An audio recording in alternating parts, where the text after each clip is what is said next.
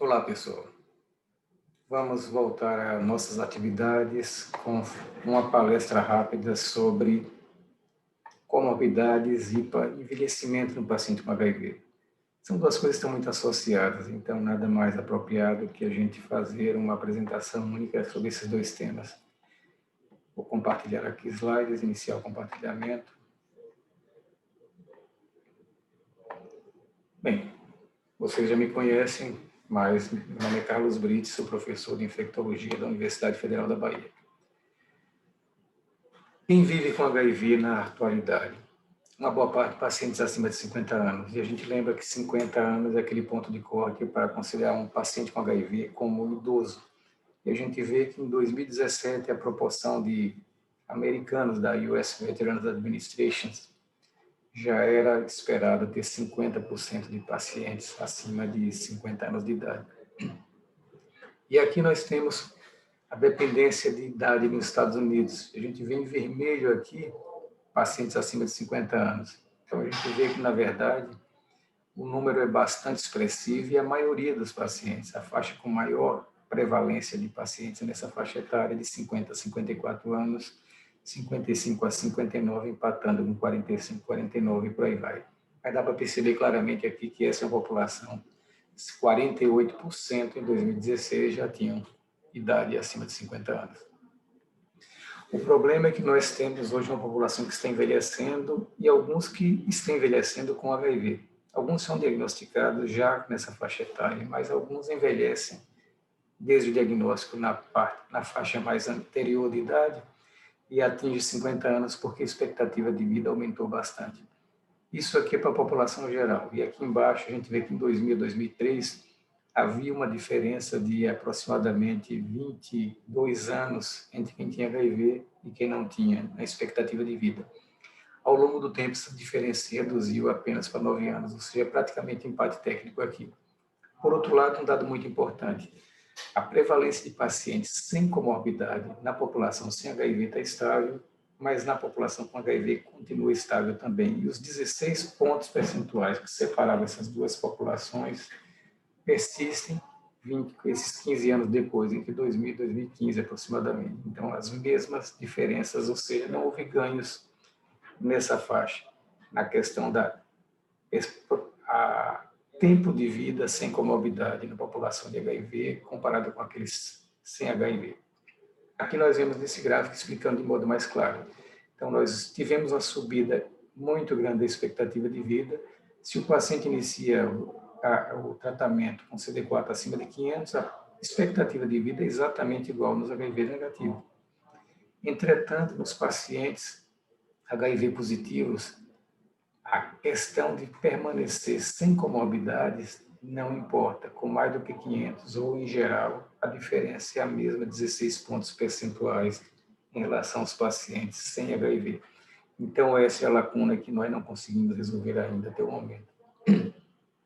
Então, uma clara inter-relação entre idade e morbidade. A infecção pelo HIV, o envelhecimento e o próprio tratamento antirretroviral estão interligados. O risco de comorbidade aumenta com a idade para qualquer população. O HIV não vai causar essas doenças, mas o HIV ou a terapia antirretroviral podem aumentar esse risco. E, na verdade, essa corte Atena, que já foi bastante discutida lá na Holanda, eles mostram que em 2030, 84% dos pacientes com HIV terão mais do que uma comorbidade. E você vai ter 28% desses pacientes com mais do que 3 comorbidades. E mais da metade usarão outras medicações, além da terapia antirretroviral. Isso é um aumento de 13% em relação a 2010 e 20% tomarão mais do que 3 medicações, aqui está medida, está errado, além da terapia antirretroviral, principalmente devido ao aumento nas doenças cardiovasculares. Então, esse é um cenário que se avizinha e que, portanto, nós temos que estar preparados para enfrentá-lo. As comorbidades, de modo geral, são multifatoriais. Então, você tem o envelhecimento, ele está dependendo de doenças como hipertensão, senescência imunológica, tabagismo, estilo de vida, diabetes, obesidade. Isso tudo está relacionado à dislipidemia, que leva a doença cardiovascular. Por outro lado, o HIV promove inflamação, ativação monocitária, disfunção imune, e você tem toxicidade da terapia antirretroviral, tudo isso pode aumentar a dislipidemia e pode aumentar também o risco cardiovascular. Então, os desafios para os desfechos para os pacientes infectados pelo HIV, comparados com adultos mais jovens, mais do que 50 anos, com menos de 50, são mais mortalidade, menor sobrevida para o diagnóstico, envelhecimento mais acelerado por múltiplas comorbidades e, eventualmente, a síndrome de fragilidade pode afetar esses pacientes. E você tem que pensar que a terapia retroviral, o impacto que vai ter sobre a recuperação imune, que é o que nós queremos, mas também para potencial de eventos adversos e eventuais interações no cenário onde as pacientes estarão utilizando mais do que uma droga, ou eventualmente mais do que 3 drogas, além dos antirretrovirais.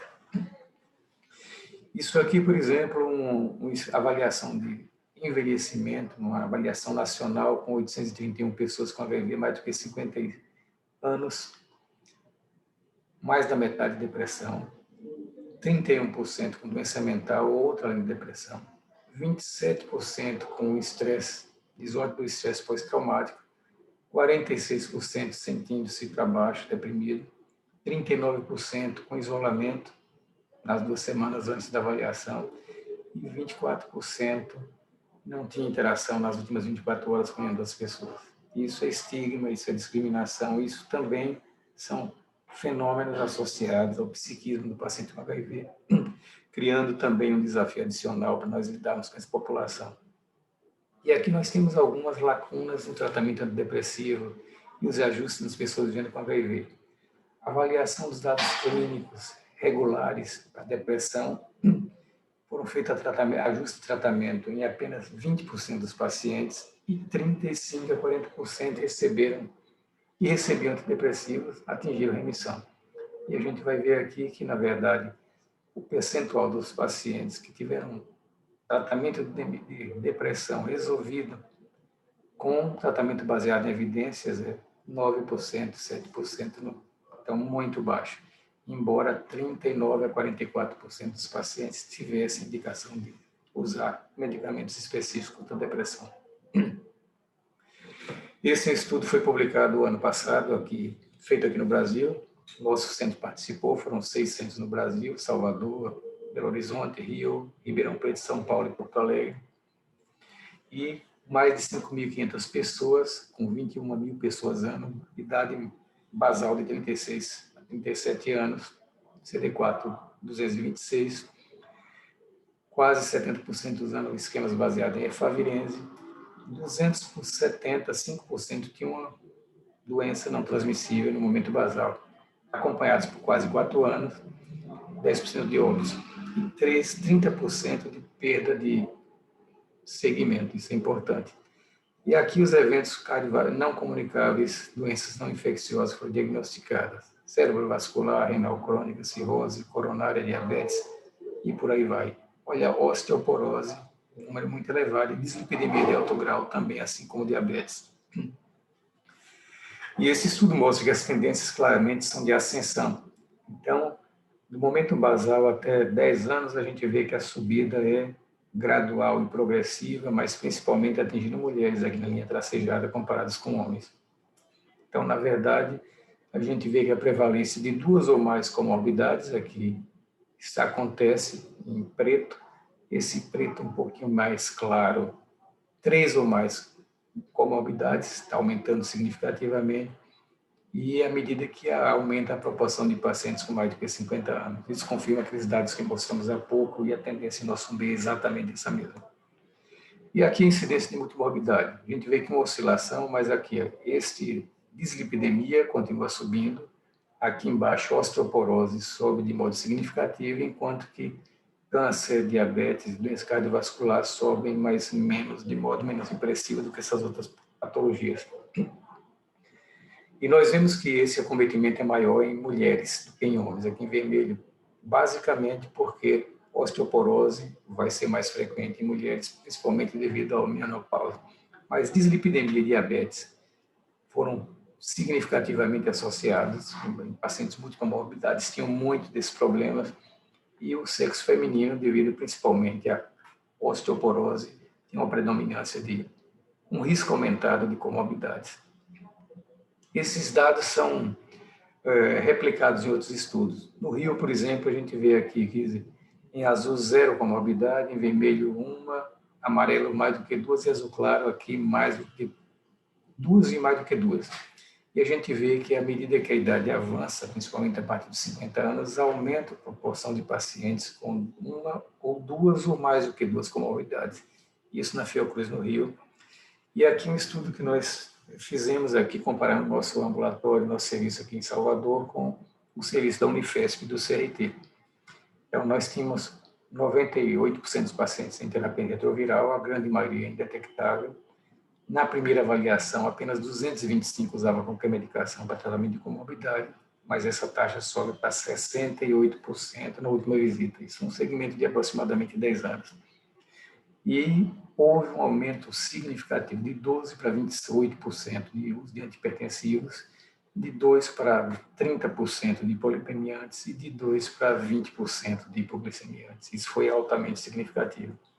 E aqui a gente vê o aumento proporcional entre a primeira e última visita para cardiopatia 7 vezes, coronariana 5, diabetes 3, osteoporose 7, neoplasias 3 vezes e dislipidemia quase 7 vezes. E nesses centros, 35% dos pacientes em média tinham idade maior do que 50 anos. Então, mostrando que esses problemas são consistentemente encontrados em nosso meio e são um desafio para nosso manejo dessa população.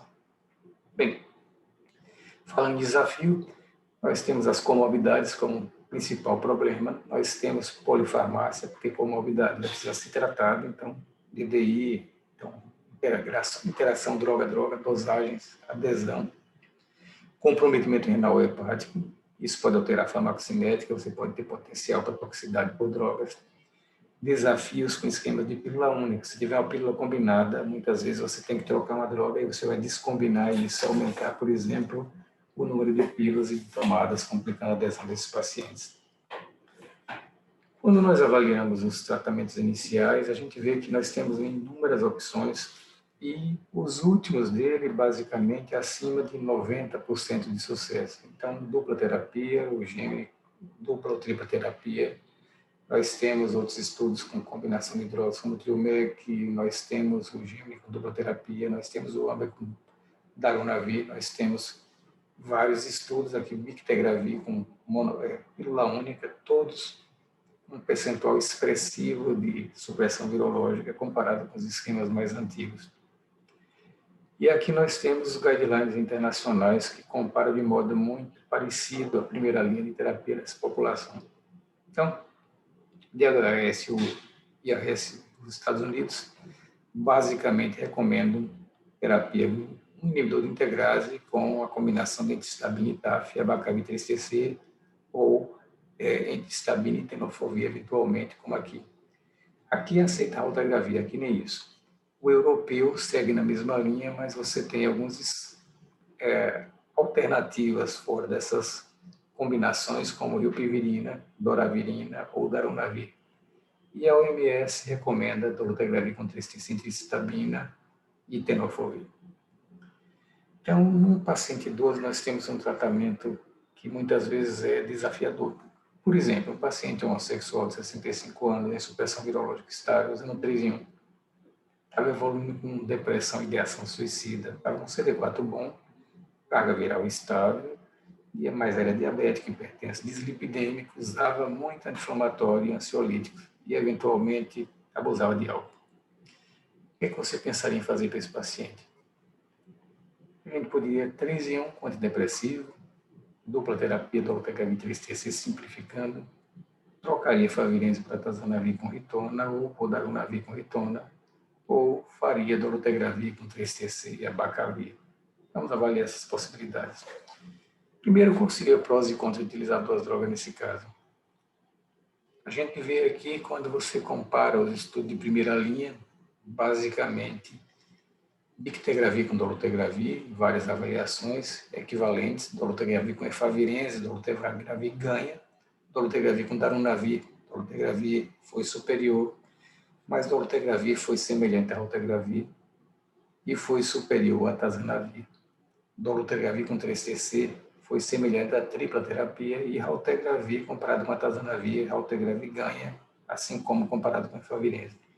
Então, basicamente, isso justifica você utilizar inibidor de integrase como primeira linha. E lembrar que aqui duas drogas aparecem já ser uma alternativa que não foi diferente de 3 drogas. Quando você pensa em qual inibidor de integrase escolher, nós temos aqui a opção dolutegravir e raltegravir. Pelo nosso protocolo, você teria que usar dolutegravir, que lá fora já existe formulado numa pílula única. Tem poucas interações com drogas ou em comida, mas tem algumas. Alta barreira para resistência. E é preferido para mulheres já gestantes, mas não naquelas com potencial de engravidar. Abacavir precisa de HLA. Bictegravir ainda não está disponível no nosso meio, deve estar em breve, e tem a vantagem de ser uma pílula única, as mesmas comparações, digamos, com dolutegravir em relação aos outros pontos. E raltegravir, nós temos a maior experiência, é uma opção muito boa para mulheres grávidas, não tem dados muito importantes, mas concepção, mas não houve nenhum sinal de alerta, mas não tem coformulação e a barreira genética é menor do que os outros. Manejando esses aspectos de eventos adversos, quais são as estratégias iniciais, atuais que nós temos? Primeiro, nós temos que evitar drogas que podem aumentar risco cardiovascular. Nesse caso, por exemplo, usar abacavir ou IPR poderia aumentar, se for darunavir. Se você tem disfunção renal, retirar tenofovir pode ser uma alternativa, assim como se você tem osteopenia ou osteoporose. E, eventualmente, você pode reduzir a exposição a antirretrovirais usando 2 em vez de 3 drogas. Se a gente tivesse a chance de ter novas drogas com perfil de segurança melhor, isso seria o ideal. Aqui o BHHS faz a terapia nas presenças de comorbidades. Por exemplo, disfunção renal, evitar tenofovir, obviamente. Doença hepática, evitar abacavir. Se for doença grave, evitar bictegravir ou dolutegravir. Osteoporose, tenofovir ou vilão. Doenças psiquiátricas, nós temos eventualmente eventos adversos associados a inibidor de integrase, não é tão frequente, mas pode acontecer. E dislipidemia, o tenofovir leva vantagem sobre TAF. Em mulheres com potencial de engravidar, você pode usar dolutegravir, mas se ele estiver tentando conceber, na realidade, ele passa a ser uma alternativa e não a droga preferencial. Será que nós ainda temos espaço para utilizar tenofovir nesse esquema de primeira linha? Temos prós e contras. Temos uma grande experiência com essa droga, conformulada em muitos esquemas, aqui no nosso meio com 3TC. Tem uma atividade hipolipemiante, mas você pode ter eventualmente com TAF também um ganho de peso, um sinal, embora não saiba ao certo qual a importância direta de TAF nisso. É recomendado na gravidez e tem uma combinação em genérico com 3TC. O TAF, por outro lado, foi superior à tenofovir após 3 anos de seguimento, teve menos impacto na densidade mineral óssea ou na disfunção renal, e como é dose baixa, permite uma coformulação em comprimidos com menor tamanho. E abacavir? Ele tem coformulação com dolutegravir, mas não aqui no Brasil. É uma longa história de uso e não é eliminado pelo rim, mas precisa do HLA. Tem mais taxa de falha quando você tem carga viral mais alta e quando você compara mesmo com a efavirense e atazanavir. E você tem uma evidência persistente de associação entre risco cardiovascular, além de eventos adversos subjetivos mais frequentes comparados a tenofovir ou TAF. Quando nós vemos interação de drogas, diferença entre retrovirais, a gente vê aqui. E quando você tem o IPR, por exemplo, em vermelho aqui, drogas que não devem ser, aumenta a proporção de drogas que não devem ser co-administradas. Com raltegravir, é menor do que dolutegravir, que é menor do que bictegravir. Mas efavirense, etravirina, rilpivirina e doravirina tem o contrário aqui, o mais perpétuo. Efavirense, um pouco menos que etravirina, rilpivirina e doravirina com menos interação medicamentosa. Dupla terapia. Talvez seja a mudança mais radical que nós tenhamos observado na terapia antirretroviral nos últimos tempos. As vantagens, você não precisaria usar abacavir nem TAF, nem tenofovir. E mesmo nos estudos clínicos com 8,4-V, você não tem resistência. Contra, tem a questão da hepatite B, se você estiver utilizando, pode gerar resistência. CD4 abaixo de 200 teve um desempenho que foi menor, mas isso não parece ter sido uma questão de fragilidade do esquema. E, na realidade, Você tem o Gemini, que foi o estudo que mostrou claramente que ela poderia ser equivalente a 3 drogas. E o Tango, ele trocou no esquema que vinha com TAF para dolutegravir TCC, simplificando, e mostrou que isso não afetava a durabilidade virológica.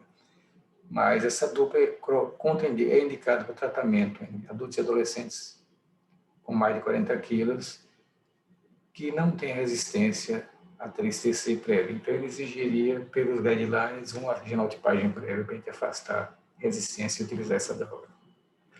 Aqui é a resposta do Gemini. Depois de 2 anos, já temos dado de 3 anos, você tem uma resposta muito equivalente em termos de supressão virológica, comparando dupla com tripla terapia.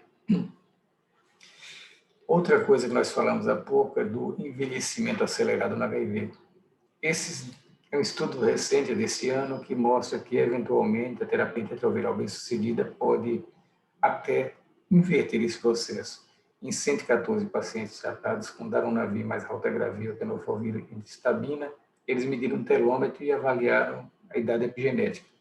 E observaram uma melhora dos marcadores. Então, não teve alteração na marcador intrínseco, mas no extrínseco e universal. Tranquilamente, a gente pode ver nesse gráfico que claramente há uma redução nesses marcadores de envelhecimento e um aumento em telômeros, mostrando que, eventualmente, a terapia antirretroviral bem-sucedida pode reverter aquele processo de envelhecimento que nós acreditamos associados a HIV. Então, de modo resumido, nós temos a população com HIV está crescendo por novos diagnósticos e por envelhecimento dos pacientes. Mulheres têm peculiaridades com reprodução e menopausa que requer atenção na escolha da terapia. Esses pacientes apresentam uma crescente taxa de comorbidades e nós temos que pensar em adequar a terapia antirretroviral às necessidades dessa população para que o seu tratamento seja bem sucedido e que nós tenhamos uma melhoria na qualidade de vida desses indivíduos. Eu agradeço pela atenção e esse é o meu e-mail, caso alguém queira fazer alguma pergunta ou alguma consideração sobre esses dados.